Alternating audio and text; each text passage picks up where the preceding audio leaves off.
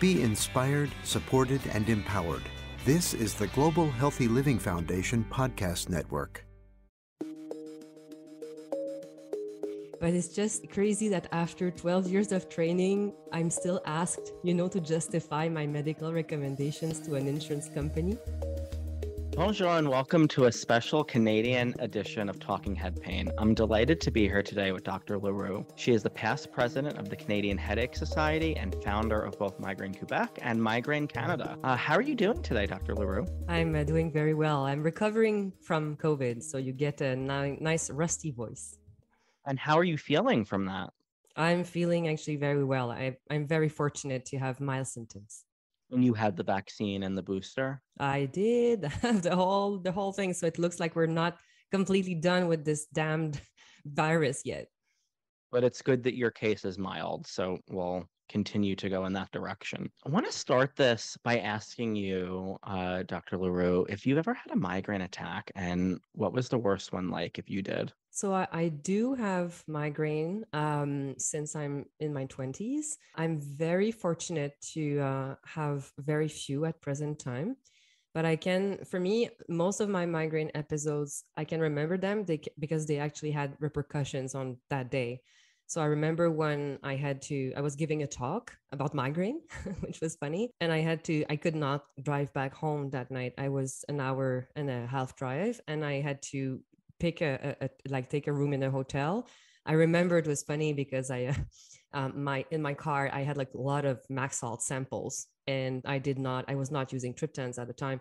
I didn't even treat and I just lay on my bed miserable.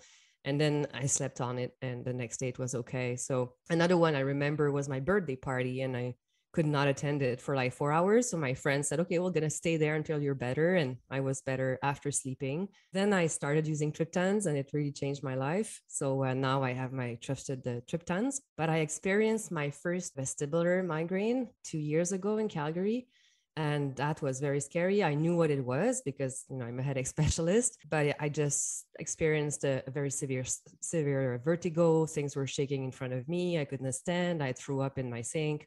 And then it stayed like that for an hour. And I was like, is this going to stop at some point? And I just had like 2 auras for the very first time last year, which also I knew what they were, obviously, but it was in the middle of my clinic and I was about to inject a patient with Botox. And I wondered, the aura is supposed to be 20 minutes, so I should be okay. So I've seen different types of attacks myself, and I'm actually grateful because I can understand what my patients go through without having too many of it. So that I tell my patients, there's no need to convince me that migraine exists. Like I have it as well.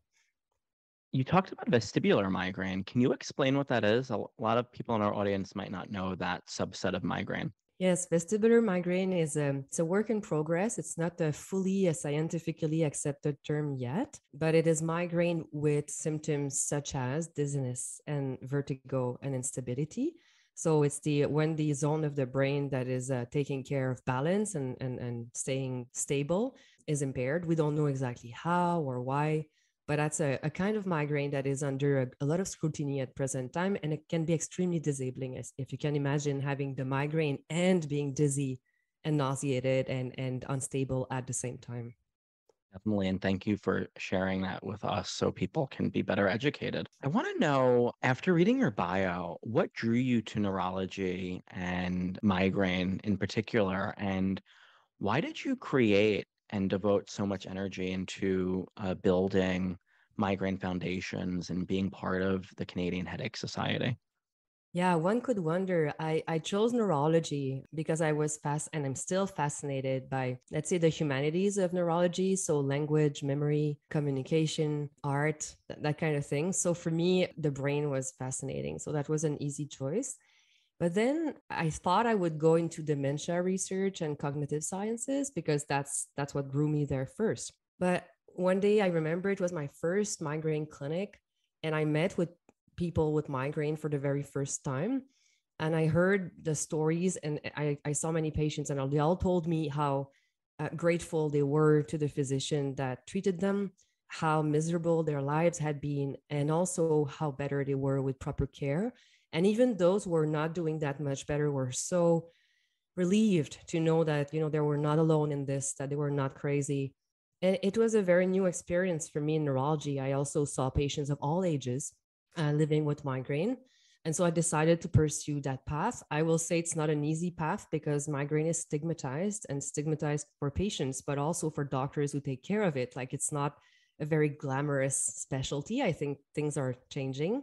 But when I did my choice like 12 years ago, even more now, I can tell you a lot of my attendings tried to discourage me from choosing this specialty, but I'm glad I'm persisted. And so from that very first feeling of seeing the suffering and wanted to help came the work for the associations I started, because I just realized how many people were suffering, and they had no associations. They were still in the closet, if you want. I mean, all suffering alone.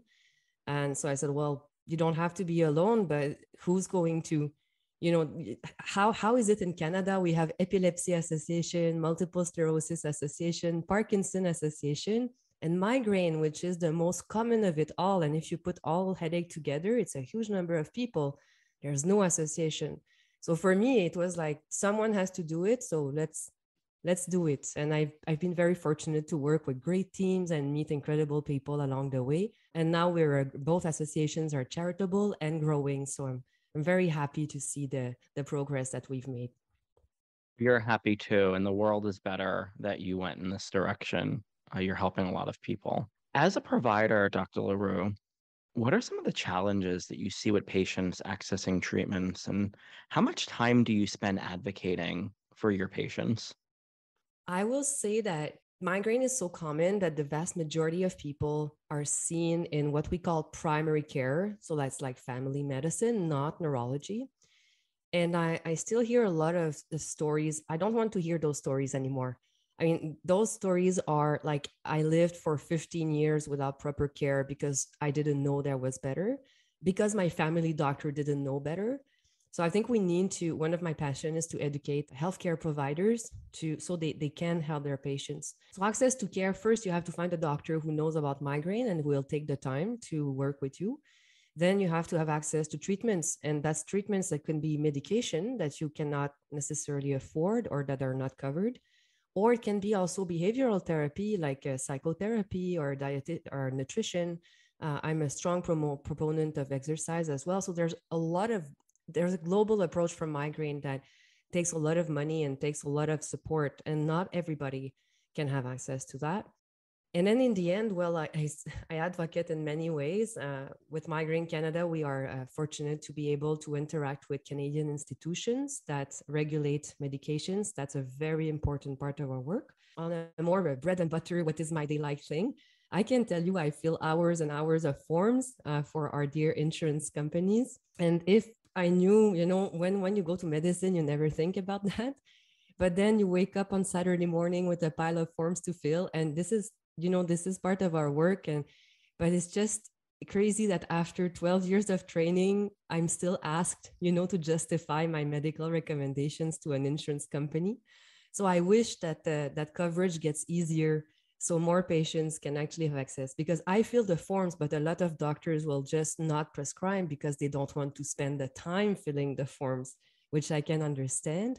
But I hope that will evolve over time with less forms to fill, so I can see more patients and help more of them. A similar problem that we have here. I know personally, for a treatment that I was getting, my neurologist didn't check the right box on a form, and they kept kicking it back. And I finally said, well, what do you need from this man to do? Like, he's busy. Tell me what you need him to do, and I'll talk to his office. And he was like, I can't believe that they kept kicking it back. And he checked the right box, and then I got the treatment that I needed. But it delayed treatment by 2 to 3 months because you're back and forth with the insurance company and office. This is a circus. I mean, it's a circus where there's the doctor, but not only our time, it's the time of our admin staff as well, and if you can believe, we're still using a lot of faxes. So there's like printing, faxing, like filling this, filling that. The companies that produce the treatments have what we call patient support programs, and they do help us a lot. So I think I want to thank them. I mean, they're making money of the drugs, of course, but I think that's a very useful service they are providing. And at the end of the day, I've seen so many ridiculous questions. The worst of the worst, I think, is oh, your patient is doing so well now that the treatment should be stopped. And I'm like, would you ever say that to someone with epilepsy or hypertension or diabetes? Like, oh, the parameters are perfect. Let's just stop everything. But we have to fight that with education and information and letters. I write a lot of letters with references, scientific references, and I say, okay, here's the argument. And as a president of the Canadian Headache Society, I've done this with more power because then we have an endorsed letter, for example, to combine Botox and a CGRP antibody. So we created a 4-page letter, fully referenced, and we share it. So that brings more weight, I think, to the table than a solo clinician having to write something. It's already there for anybody to use. So you have to fight that kind of thing with proper information and try to organize and share resources as much as possible. Definitely. And two things you brought up really resonated with me, and I know with the migraine community. One, when we are on stable treatment, we're scared that our insurance company is going to take us off of it. We hear about that happening all the time, and it's as absurd as what you said. You're doing well, so stop one or more of the treatments that you're on. It really doesn't make sense. And I'm glad that you are raising awareness on that issue. What would you be able to do? I know what I would be able to do as a patient without having to advocate for myself to access treatments. How would you be able to practice more medicine if you didn't have to do all this bureaucratic paperwork to get patients the medication that you as an expert in this field are already prescribing? Well, I think I could probably see a bit more patients, but I think the big difference is for the clinicians for whom the difference is I'm prescribing or I'm not going through the trouble. And the insurance companies are probably very aware of this. And they know that if they put barriers, some doctors might say, I don't have the time to do this. And I think that's where really the opportunity to treat more people is lost. I'll give you an example. CGRP antibodies can help people and they are quite well tolerated. So in theory, they could be prescribed in primary care. But the primary care doctors are so busy that they will refer to neurology. And then when you refer to neurology, you have to wait more in Canada, in some places, more than a year to be seen by a neurologist. And then you have to hope that you meet a neurologist who is versed into prescribing CGRP antibodies. I think it's getting more and more of us, but not everybody. And if the neurologist is not versed into them, then they will refer to the headache specialist, which might be another. So it makes no sense to me to have to wait that long. If you have multiple sclerosis or if you have diabetes, I mean, you're not going to wait 3 years to get proper care. So I understand headache does not kill anybody, but at some point, now that we have treatments that really can change lives, I hope that those delays can be shortened. And if there were less forms or easier to fill forms, that would allow more doctors to prescribe and so more people to be treated. That's my hope and our hope at the Global Healthy Living Foundation as well. I want to switch gears a little bit and talk about your work with Migraine Canada, an organization that we are very much aligned with. What are you most excited about that's coming out of Migraine Canada, and what should our audience know about this amazing organization in Canada? Well, I'm glad that we are aligned, and I'm actually very glad to do this podcast with you. So thank you. Well, we want to allow people to live better lives, so to access knowledge and care and to be empowered. And I think that's in every chronic disease. Migraine is a chronic disease. It's a neurological disease. You have to have all the information you need to make your own decisions because migraine is so diverse that there's no one size fits all. So one of our big mojo is no one size fits all. Everybody has to find their own path with the help and guidance of providers or it can be really anybody. You have to find your path. So I'm super excited to provide websites and resources and webinars and podcasts so people can learn. We also work very hard on a list of headache clinics across Canada. This is something we really get a lot. where can I see a headache specialist in my area? That's a demand that we see a lot. And then we also did our first Move for Migraine Canada campaign this year. So in every June, it will happen again, where people commit to do any way of moving or physical activity to raise money. So it was our first time. And finally, as I mentioned, we, as a patient association, we can interact with all the authorities of the Canadian government that manage access to care and coverage. So, for example, CADF or PCPA, and we work with those so we can explain what migraine is and how important it is to have public coverage and coverage for medications.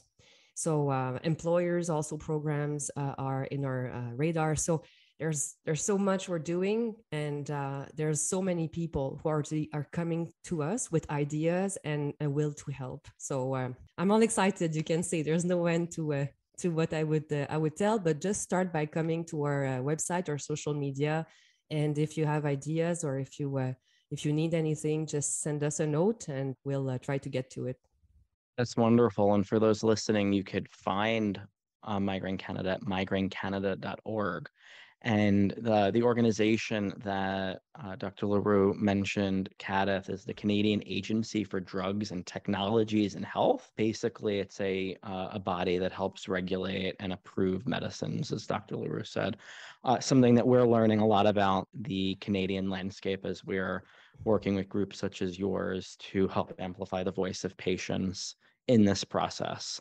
As a global organization, we like to hear from others around the world. So, from your perspective, what would you want people in the world to know about migraine and related diseases? Migraine is more than a headache, and it's a neurological disease. I think those sentences are hammered down by many of us, and I think they are appropriate. I always say also that it's diverse. And I think that's so important because as a patient, you cannot take for granted that someone's story will be your story.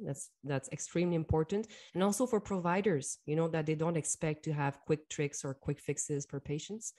And it can be extremely disabling. Sometimes people see migraine as a benign headache or something that has no bearing on life. But as we know, some people's lives are destroyed by migraine. So it's a full spectrum of disability. But my key message to anybody's listening here is that it can be controlled, it can be improved, and keep trying and seek relief. So there's no point just losing hope and saying, okay, that's the end.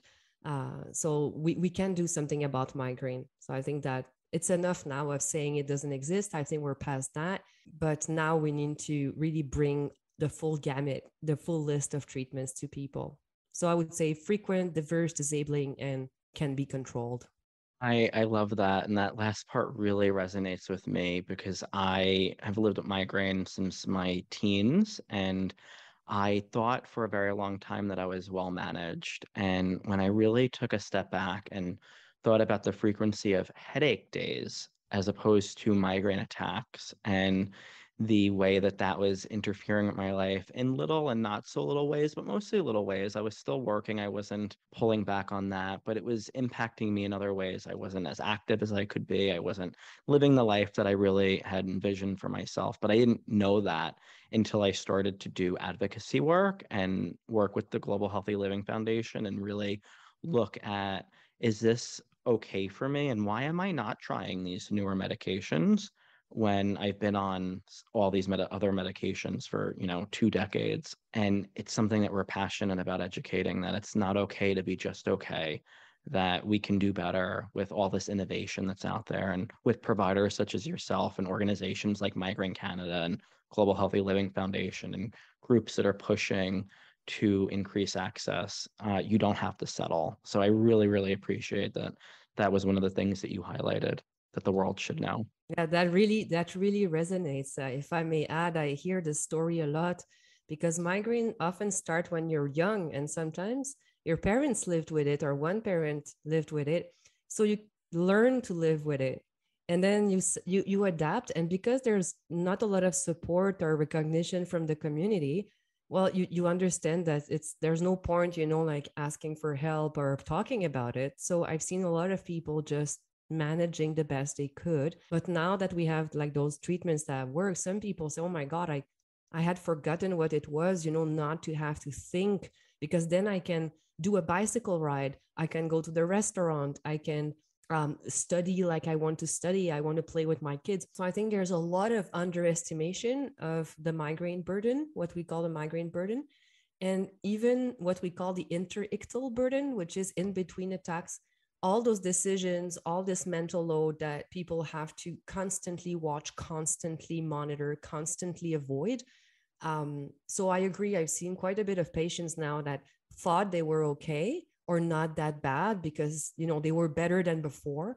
And when you do the headache diary and you look at all the headache days, even the milder ones or the ones that you think are not migraine, but they are, then you have kind of an epiphany and you say, well, why don't we try something? And if you respond, wow, the people come back and they have those smiles on their faces, and that's priceless.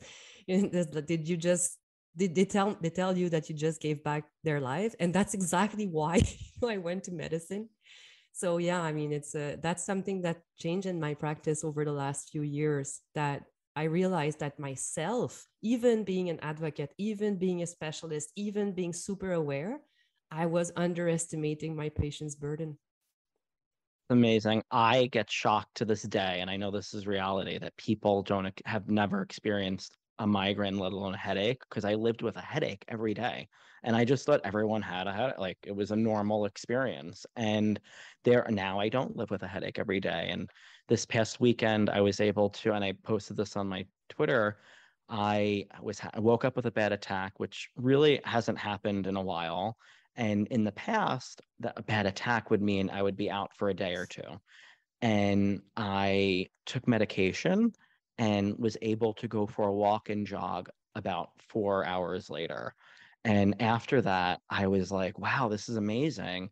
And then I really thought about it and I was like, this is amazing, but I'm also angry because there are so many people that don't have access to that medication for many, many reasons. And they wouldn't be able to go on that walk and experience nature and get that stress relief and do all the things that I was able to do that day on my weekend and get my weekend back, because we are involved in broken systems, healthcare systems in Canada, in America, pretty much everywhere. We're not working toward getting people their life back. And your work is so important in doing that. And we really appreciate that you are a friend and that your organizations are doing this important work. And we look forward to continuing and strengthening the relationship and building and growing together. Well, I'm glad to hear it. And I wish that everybody can treat their migraine attacks just like you described. Because that's what you described is also a benefit on intensity and response to acute therapy that we see with appropriate prevention. So absolutely, Migraine Canada is there. We're young. I mean, we're still growing and we have lots to learn, but I think we're on the right path, and I'm excited for what's going to happen over the next few years. Amazing. Well, thank you so much for your time and energy, and we really appreciate it. And we hope that you continue to feel better while battling COVID. Oh, I will. And then I'll be back in the clinic to treat my patients with happiness. Thank you so much for listening to this episode of Talking Head Pain, the podcast that confronts head pain head on. If you like this episode, please give it an honest 5-star rating and subscribe so you never miss another one. I'm Joe Coe, and I will see you next time. Be inspired, supported, and empowered. This is the Global Healthy Living Foundation Podcast Network.